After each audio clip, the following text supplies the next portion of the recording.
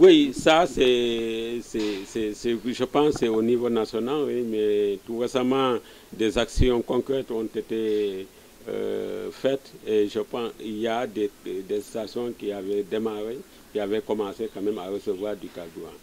Et ça arrive souvent. C'est au ministère des Énergies qui est mieux placé pour répondre à ça.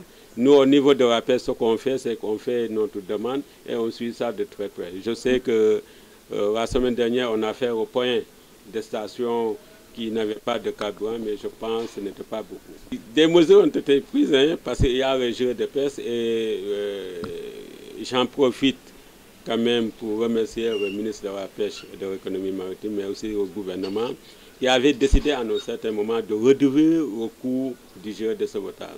Ils sont passés de 5 000 de 5 000 francs à 2 500. Mais vous savez, la sécurité, ça incombe aux acteurs. C'est-à-dire ma sécurité à moi, c'est moi qui dois quand même veiller sur ma sécurité avant que l'État ne vienne. Si on donne la possibilité aux pêcheurs d'acheter des gilets à bon prix moins cher, avec le projet aussi de géolocalisation qui est en train de développer par la DPC, je pense que l'État est en train de mettre les bouchées doubles pour sécuriser davantage les pêcheurs. Mais il faut que les pêcheurs aussi puissent prendre les dispositions pour acheter les gilets pour les porter en mer.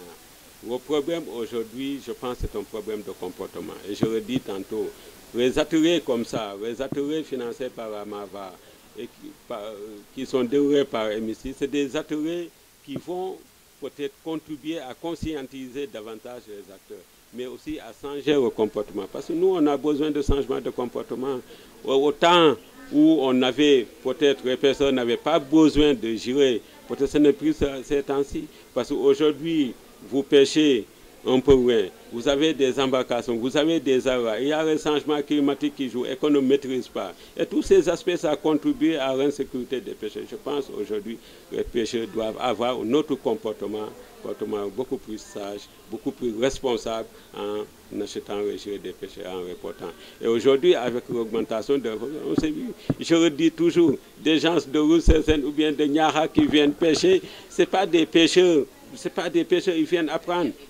Donc, en ce moment, ils ont besoin de prendre des gilets de sauvetage. Alors, c'est un atelier qui a été initié par un projet, PEPAMP, financé par la Fondation MAVA pour la nature et coordonné par le RAMPAO, le réseau d'aires marines protégées en Afrique de l'Ouest, avec comme partenaire de mise en œuvre le MSI, le Marine Stewardship Council. Alors, vous n'êtes pas sans savoir qu'aujourd'hui, tous les scientifiques s'accordent à dire qu'on est dans un contexte de raréfaction des ressources halieutiques.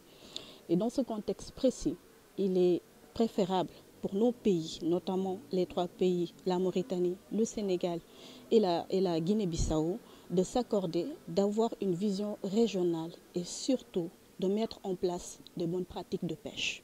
Et en cela, le RAMPAO, avec son bailleur, la Fondation MAVA, ont misé sur le Marine Stewardship Council, qui est quand même le leader des collabellisations des produits de pêche. Donc ce sont les experts du MSI qui aujourd'hui vont former un pool d'experts, nous l'espérons à terme effectivement, de ce projet pour l'Afrique de l'Ouest, des experts venus de la Mauritanie, du Sénégal et de la Guinée-Bissau, et qui seront à même de conduire les politiques de ces 3 États vers effectivement des pêcheries durables. Parce que les aires marines protégées, tout le monde s'accorde également à dire qu'ils peuvent jouer un rôle considérable dans le processus de développement, mais également de sauvegarde des ressources halieutiques. Donc il est important que dans ce processus de bonnes pratiques agricoles pour des pêcheries, bonnes pratiques de pêche pour des pêcheries durables, que les aires marines protégées soient partie intégrante de la formation à travers les conservateurs des AMP de ces 3 pays. Le Parc national du Ban d'Arguin, le Parc national du Yaouling en Mauritanie, la direction des aires marines communautaires protégées du Sénégal et l'IBAP, l'Institut pour la biodiversité et les aires protégées en Guinée-Bissau.